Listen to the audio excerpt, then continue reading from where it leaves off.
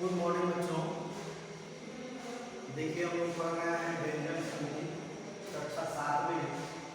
इसमें मात्र 5 नियम पढ़ने हैं हमको। 5 में 4 नियम पढ़ चुके हैं। अब आता है आपका 5वां नियम, मौसम। व्यंजन संधि का 5वां नियम क्या है? मौसम। मौसम नियम। अगर मौ का मतलब मौ के पश्चात पश्चात क से मतलब 25वां, क से मतलब 25वां, क वर्ग मतलब 5, च वर्ग मतलब 5, ज ट वर्ग 5 और ट वर्ग 5 और क वर्ग 5। काम कर लिया 5 बचे 25। ये 25 बार होंगे। 25 बार का मतलब ये है क से लेकर म तक।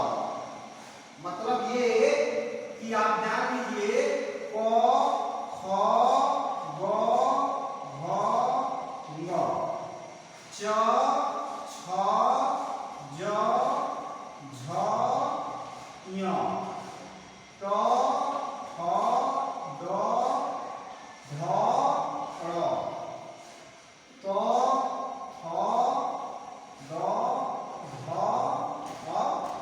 न प फ ब भ म। परिभाषा इसकी ये है क से लेकर म तक। मतलब म तो है ही ये म तो एक है ही। मतलब इसमें से अगर कोई भी व्यंजन आता है तो वह उसके 5 म जो है उसी के 5वें व्यंजन के रूप में परिवर्तित हो जाता है। कैसे आप ये देख लीजिए। जैसे मतलब अगर म मान लीजिए द से मिले, थ से मिले, त से मिले, ध से मिले या न से मिले, तो इसमें से कोई भी व्यंजन अगर म से मिलता है तो म जो है वो न के रूप में परिवर्तित होगा। अगर मान लीजिए म का इसके साथ परिवर्तन मेल होता है तो कोई भी इसमें से मिलेगा तो र के रूप में म बदल जाएगा। अब इसमें से कोई भी मिले ब भ या प फ तो म तो है ही, म में ही परिवर्तन, तो म में ही रहेगा। समझ आ रहा है? तो अगर मान लीजिए च छ ज झ ञ इसमें से कोई भी परिवर्तित हो जाए तो क्या होगा? यह म जो है ञ के रूप में इसमें से किसी भी साथ के च छ ज झ ञ अगर इन पांचों में से किसी के साथ मिलता है तो म ञ के रूप में होगा। ठीक है। अगर म मान लीजिए क ख ग घ में से किसी के से मिलता है तो ङ के रूप में रहेगा म। और ट ठ ड ढ ळ में से अगर किसी भी व्यंजन के साथ मिलता है तो यह ड़ के रूप में म परिवर्तित हो जाएगा। और इसके भी साथ अगर मिलता है तो क्या होगा? न के रूप में परिवर्तित होगा। और इसमें अगर किसी के साथ म मिलता है तब भी म के रूप में ही परिवर्तित हो जाता है। इसका यही नियम है। अब देखिए जैसे हम आपको एक उदाहरण दिखा रहे हैं, बाकी आप कर लेंगे। तो सम प्लस तोष, सम प्लस तोष। अब देखिए म जो है तो के रूप तो से मिल रहा है तो ये म किस रूप में होगा? तो का 5वां वर्ण 9 है। ठीक है। तभी तो ये होगा तो जो है म के रूप में है। म जो है तो के 5वें वर्ण में आएगा तो 5वें वर्ण का क्या होता है? म प्लस तो बराबर 9। ठीक है। तो और तो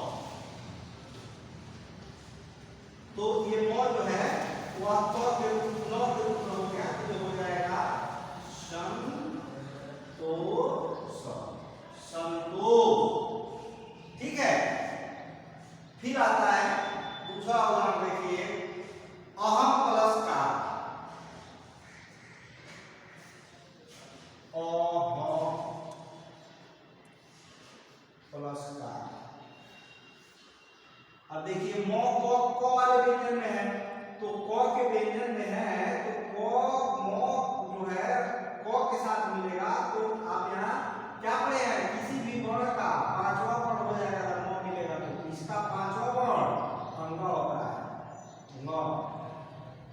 मो प्लस क बराबर,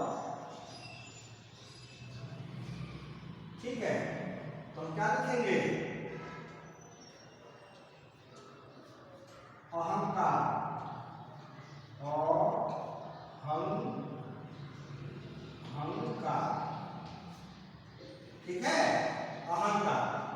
तो ये रहा है आपका म संबंधी पांचवा नियम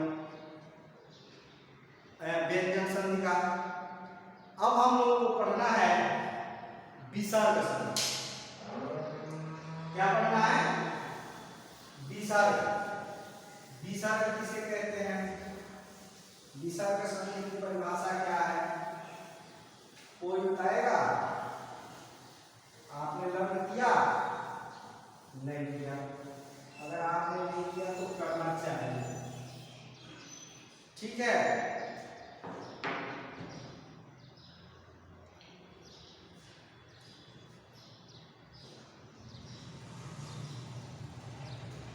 विसर्ग के आने के बाद कोई भी स्वर या व्यंजन आने पर जो परिवर्तन होता है उसे हम विसर्ग समझते हैं। विसर्ग किसे कहते हैं, जैसे हम लिखते हैं ना प्रातः या पुनः,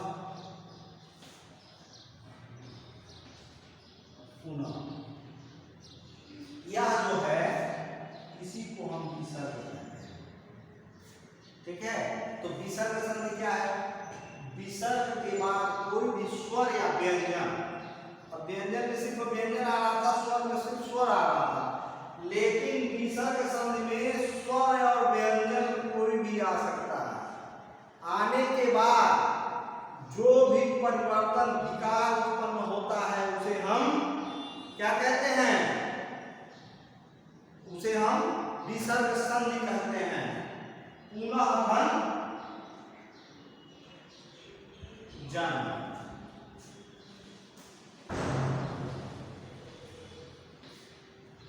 पुनः प्लस जन। अब देखिए इसमें क्या परिवर्तन हो रहा है, ये जो है न विसर्ग और ज के साथ मिलने पर यह र के रूप में विसर्ग परिवर्तित हो जाएगा, तो यहाँ होगा विसर्ग प्लस ज, हाँ ये होगा न प्लस ज बराबर ये र के रूप में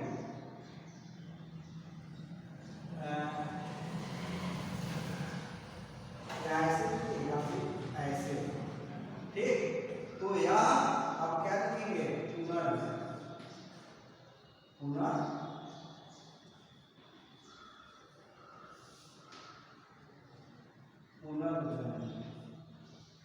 ठीक है। ये हो गया आपका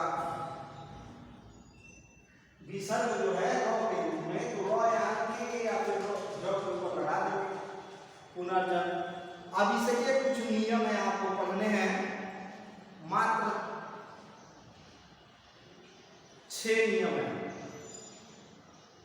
6 नहीं 7। यदि विसर्ग के पहले अ हो और विसर्ग का मेल अ या किसी भी विसर्ग के तीसरे चौथे पांचवें वर्ण य और ल व से हो, विसर्ग ओ के रूप में बदल जाता है। अब देखिए आप यहाँ साफ और सुथरे शब्दों में पहला नियम ये कह रहा है कि अ हो और विसर्ग के पहले अ, ठीक है। जैसे हमने लिखा है ना पुनः या हम लिखते हैं यहाँ मना, यहाँ अ है, विसर्ग के पहले अ है, ठीक है, नौ में अ मिला हुआ है। तो विसर्ग के पहले अ हो और विसर्ग का मेल अ या किसी भी वर्ण के तीसरे चौथे पांचवें वर्ण,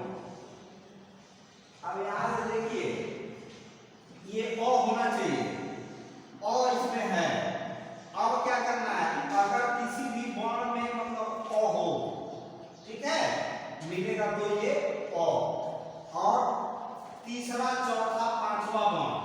तो तीसरा चौथा पांचवा वर्ण क्या होता है? आपको आपको याद होगा क ख ग घ। तो इस वर्ण का तीसरा चौथा पांचवा ग घ घ, ठीक है। च छ ज झ ञ, ठीक है। इसका तीसरा वर्ण तीसरा चौथा पांचवा ज झ ञ।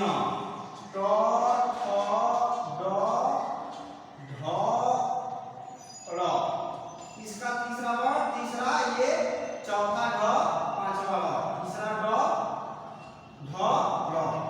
तो का ऐसे ही तो का आप समझ रहे हैं तो थ द ध न, ठीक है। तो द ध न हो गया। प फ ब भ म। अब देखिए यही तक होता है तीसरा चौथा पांचवा वर्ण। तो यही तक होता है। इसके बाद य ल आ जाता है। य ल तो ऑलरेडी दे ही रहा है एकदम कि य और इसके साथ मतलब इनके साथ विसर्ग हो, इसमें से कोई भी हो और विसर्ग के पहले अ हो तो विसर्ग का ओ के रूप में परिवर्तित हो जाता है। कुछ भी मिलेगा तो क्या होगा? मात्रा ओ की आएगी, ठीक है। समझ में आ रहा होगा, तो उम्मीद है आपको, ठीक है। तो ये ओ के रूप में परिवर्तित हो जाता है। जैसे मना, मैंने लिखा है मना प्लस योग या मना प्लस बल, योग में मना प्लस बल। अब देखिए मैंने ये कहा कि किसी भी बल अ हो और अ से मेल कर रहा हो। बल में अ है ना, जैसे नौ में अ है वैसे ही ब में मेल है अ है। अगर यहाँ हलंत भी होता तब यह अ नहीं होता, और अ नहीं होता तो देखिए तीसरे वर्ण के रूप में यहाँ विराजमान है तो क्या हो जाता? तब भी ओ होता। तो यहाँ क्या होगा? अ मतलब ये विसर्ग प्लस अ बराबर ओ। तो क्या लिखेंगे?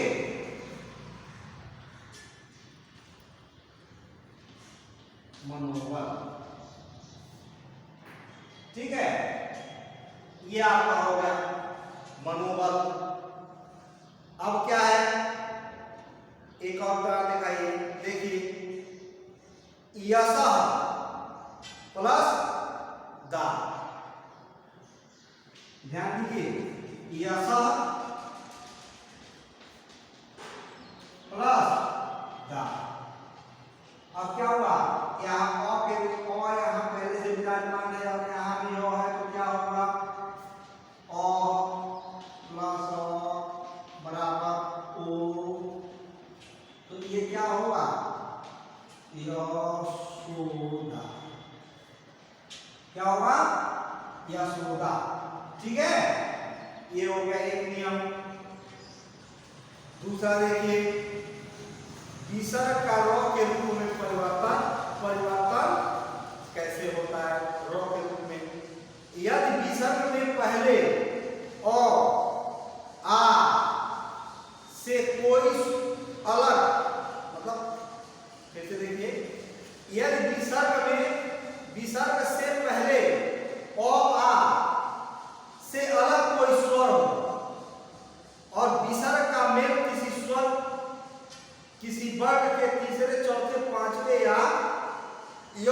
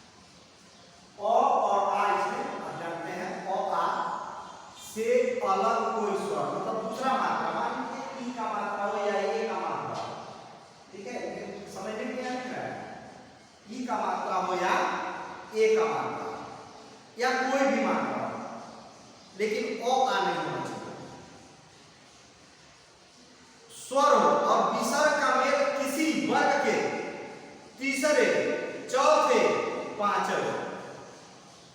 अब देखिए आप यहां देखिए, हमने किया नहीं और कह रहा है परिभाषा और आ नहीं होना चाहिए। तो यहाँ क्या है, ई है ना, ई है, ये ध्यान दीजिए, और आ नहीं होना चाहिए। विसर्ग के पहले कोई भी स्वर हो और आ नहीं होना चाहिए। तो ई है प्लस, और क्या कह रहा है, तीसरा चौथा पांचवा, ये तीसरा चौथा पांचवा, और य र ल व, ये ध्यान होना चाहिए, य र ल व, यह होना चाहिए। तो प्लस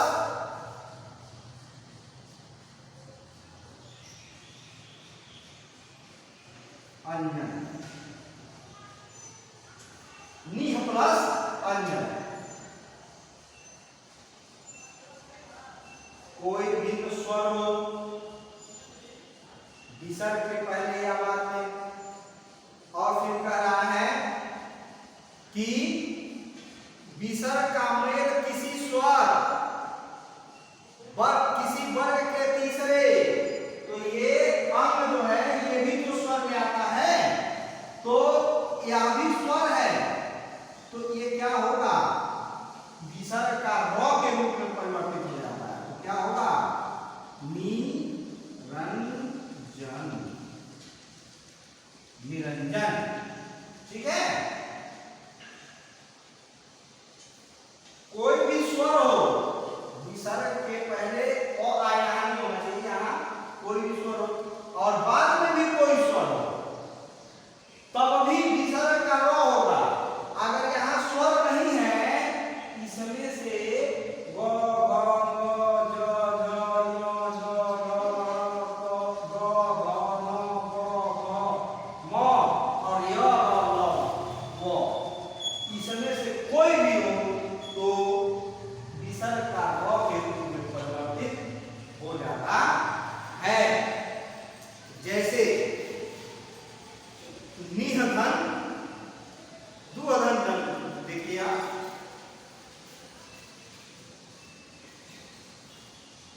दुह धन जन।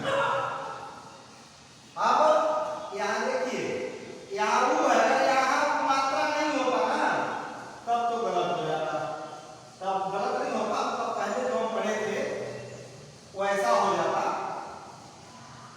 लेकिन यहां देखिए यह अ के साथ स्वर है, ज के साथ मिल रहा है, तीसरा है ये। अगर ज के रूप में, अगर अ के रूप में देखेंगे तो विराजमान है, लेकिन हम नहीं देखते हैं, तो ज साफ साफ दिखाई दे रहा है, ज के रूप में ये है और तो और ये मात्रा विसर्ग, तो विसर्ग के पहले उ है, तो जब उ है तो हम इसको लिखेंगे ना, तो विसर्ग प्लस ज बराबर र, ये क्या होगा, दुर्जन, दुर्जन।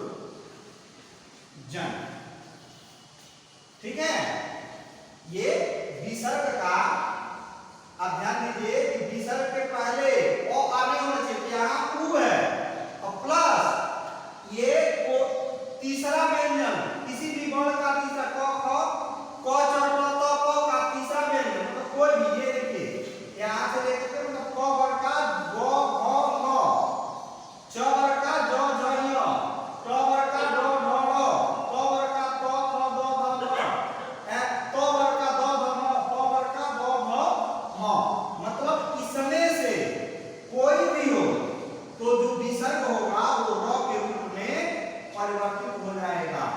तो यह विसर्ग र के रूप में आ गया, तो क्या हो गया, दुर्जन।